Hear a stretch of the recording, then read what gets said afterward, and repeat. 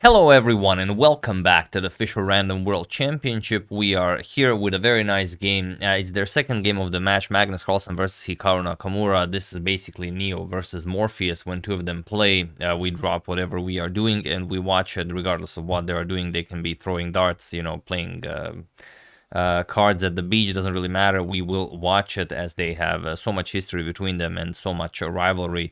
The games are always incredibly exciting, and I think they respect each other well to a great extent.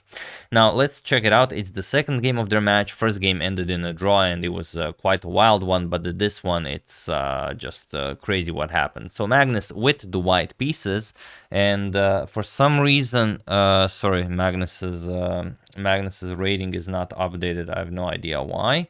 Sometimes this happens with my interface, so give me just a second. There we go. Yeah, I updated Hikaru's. I just forgot to update Magnus's. Then it's gonna be weird. You guys will be okay. What kind of a rating is this? And then I'm gonna have to answer. So it's better to just fix it. So there you have it. Magnus is 2856. Even though this is classical rating, I don't think they have Fischer random ratings yet. But they should have them at some point. I mean, if it's gonna be a thing.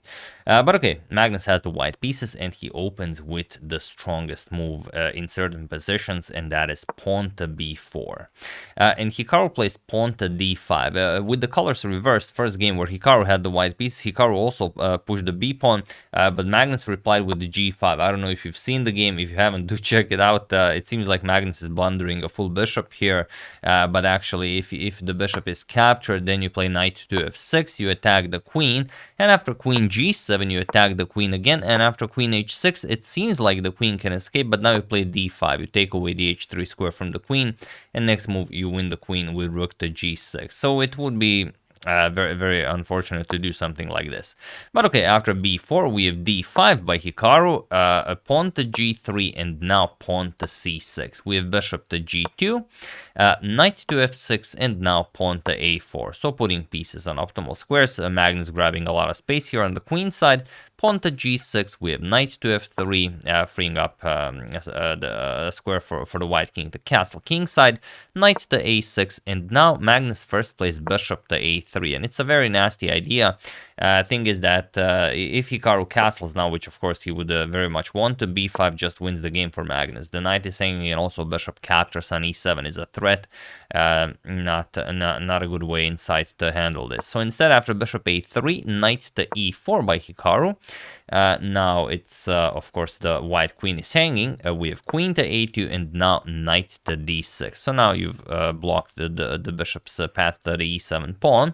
So d3 by Magnus, and now both players castle king side. So castles, and now Hikaru was probably tired of calculating b5 every move, so he just pushes b5 himself. Queen to b3 by Magnus. We have b captures on a4, queen captures, and now queen to b7. We have c3 by Magnus, and now bishop to d7, preparing to open up a discovery on the white queen. So queen back to c2, and now rook to c8. We have pawn to d4, stopping the bishop here, and also gaining more control over the c5 square. We have knight to c7, remaneuvering the knight over to b5, and knight b to d2. We have knight c to b5 now, attacking the bishop, and just the bishop back to b2 by Magnus. Bishop to f5, attacking the queen, and now queen to b3. And now Hikaru just sacrifices a pawn with a5 for a lot of activity. He wants to put the rook on a8, the other rook on b8, and he's gonna reclaim the pawn eventually. So Magnus captures it, b captures on a5, and now queen c7 attacks the pawn. Magnus defends the pawn, queen to a4, now rook to a8. We have rook to a1, adds another defender to the pawn, and rook f to b8. Now this is, although usually something you want to do, especially when you have your bishop here, your rook's controlling the a file, the b file, something like for example, you would have a Benko Gambit type compensation, but here maybe just doubling immediately on the a file and going after the pawn would have been a bit more sound. But maybe Hikaru is playing this, for some long-term advantage. So okay, rook f to c1 by Magnus, and now knight to e4. putting pressure on the knight here, also putting pressure on the c3 pawn. Magnus trades, we have captures, and now comes knight to d2. Here there is a very specific engine move that is pawn to c4. Now, of course, if you capture, just rook captures, nothing happens, but the real idea is that after knight to d6, opening up a discovery towards the bishop, you can just play c5. That's the point, and you've improved your pawn structure from the pawn being on c3 to pawn being now on c5, and you can't really trade. If you trade, it just captures, and now you've opened up white's path to the c6 pawn, and if you don't, what do you play? You can move the knight back, knight to b5 or knight to c4, and then not a problem, just rook to a2. You're gonna add a defender here, you're gonna triple up on the a file, you keep the a pawn, and you know, life is just good. So one possibility from a good friend, the engine. But okay, Magnus goes knight to d2, he offers a trade of light square bishops, we have captures, and now Hikaru says, alright, you didn't want to do it, so I'm gonna do it. Pawn to c5 with the idea of advancing the pawn to c4. We have rook to c2, and now pawn to c4. We have knight to f3 by Magnus now with more control over the e5 square, and now knight to a7. Hikaru wants to remaneuver the knight, and now Magnus could go for something like a bishop to c1 to f4 to grab hold of this diagonal, but he goes bishop to a3. He wants to play bishop c5 and then put the bishop on b6, which would be excellent for him, but now as they are both very low on time, and notice that they have to play 30 moves for the first 25 minutes that they have, and only then are they granted additional 5 minutes, plus they get increment after every move is played after move 30, but this is move 27, 3 more moves need to be played, and they are very low on time. So here Hikaru strikes in the center with pawn to e5. We have d captures on e5 by Magnus, and bishop captures on e5. Seems like a shame to give up such a nice bishop, but it really wasn't doing all that much on h8, especially with a closed position like this. So here knight captures on e5. You could also play rook to d1. This is a winning for Magnus, but again, such a weird move to play. Point is that after rook to d1, there's not all that much for you to do. The pawn is hanging. If you defend it, let's say rook to b5, you also put pressure on the a5 pawn. There's bishop b4. Now you're defending everything here, and you're just gonna, well, depends on what the bishop does. You're either gonna capture it and then play rook to d4, rook to d2, put pressure on the d pawn and enjoy your passed a pawn, or the bishop moves and then you can double up in a different fashion. But all in all, it will be winning for white. But you know, a few more moves need to be played until time control is reached. So Magnus plays knight captures on e5, we have queen captures on e5, and now bishop to c5. So Magnus continues with his plan. He will also at some point maybe put a bishop on d4, maybe on b6, depending on what Hikaru plays. And here Hikaru's all that time Hikaru spent playing Puzzle Rush really pays off, as Hikaru sets up the dirtiest of tricks. Hikaru plays rook to b3, and this does not only attack the c3 pawn, this also does something else, but you guys will be there to see what it is. I'm not going to tell you in case some of you haven't seen the actual game. Here Magnus has to be very careful, but he pushes a6, which is of course something you want to do once you've you know, removed all of the danger from the board, but not at this particular moment, because now a6 blunders the game completely. So feel free to pause the video and try to see what Magnus missed, win the game for Hikaru, while I give you a couple of seconds.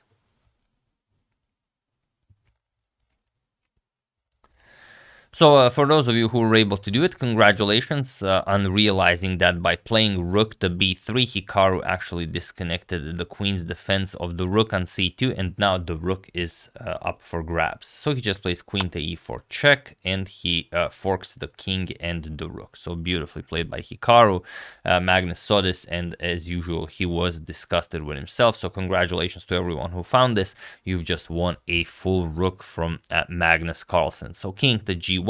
Magnus could resign here, but of course there is some counterplay, and Magnus finds incredible counterplay here. So king g1, queen captures on c2, he is down a full rook, but look at this, queen to d7, attacking the knight here. Now how do you defend the knight? Can you just move the knight back? Let's say you go knight to b5, then queen captures on d5, grabs the pawn, attacks the rook here. It's not great. So instead, after queen to d7, Hikaru just plays rook to b1 with check.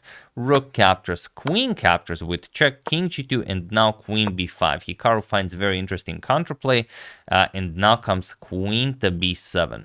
Attacking the queen and the rook. And okay, Hikaru trades, queen captures, pawn captures, and now from being down a full rook, Magnus will win the knight on a7, and he will only be down in exchange. Rook to b8, bishop captures on a7, rook captures on b7, and now bishop to d4. So it's 5 pawns each. Hikaru has a rook, Magnus has a bishop.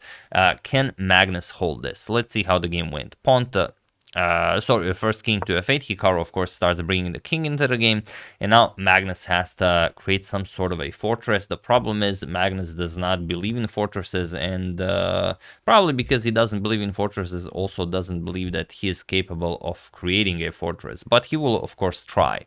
Pawn to g4, king e7, we have pawn to g5. Okay, grabbing all the key squares on the king side. Hikaru just continues king e6. We have pawn to f3. Now comes rook to b1. Pawn to e3, we have king to d6. We have king to g3, now comes king to c6. What is Hikaru doing?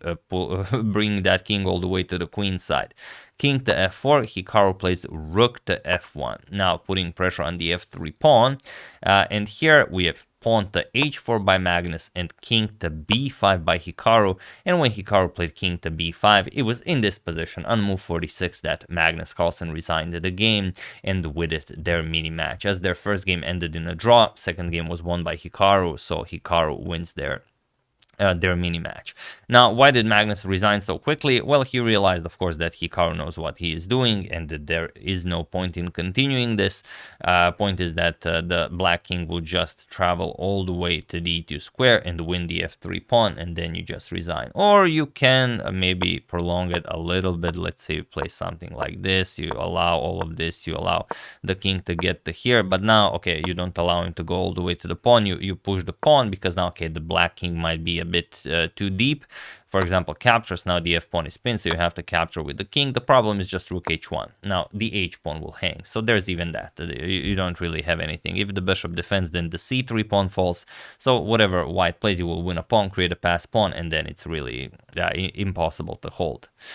So yeah, everything was done well. Magnus played a very high profile game, but here after, I mean, he probably just thought that, okay, Hikaru played rook to b3, he's being sneaky, he wants to grab the c3 pawn, but no, Hikaru actually, what he did was much dirtier and much sneakier, and sometimes you can see that it pays off to play moves like that. And Hikaru is the absolute best in the world at playing moves like that. He just plays them so fast, creates these little traps, and you can see that even Magnus can fall for it. And the funniest thing is, when Hikaru played rook to b3, time control was already reached. Magnus was granted additional time and he was granted increment, but then he just continued, pushed a6, and he fell apart. So yeah, that's the game. Very nicely played by Hikaru. Truly a brilliant move. This rook to b3. I mean, what a move. Always look for moves like these. They will, help you win great games and many games. So I will show at least one more game from the first day. So I will only then show you the standings because a lot has happened. But stay tuned for that. It will be an interesting one.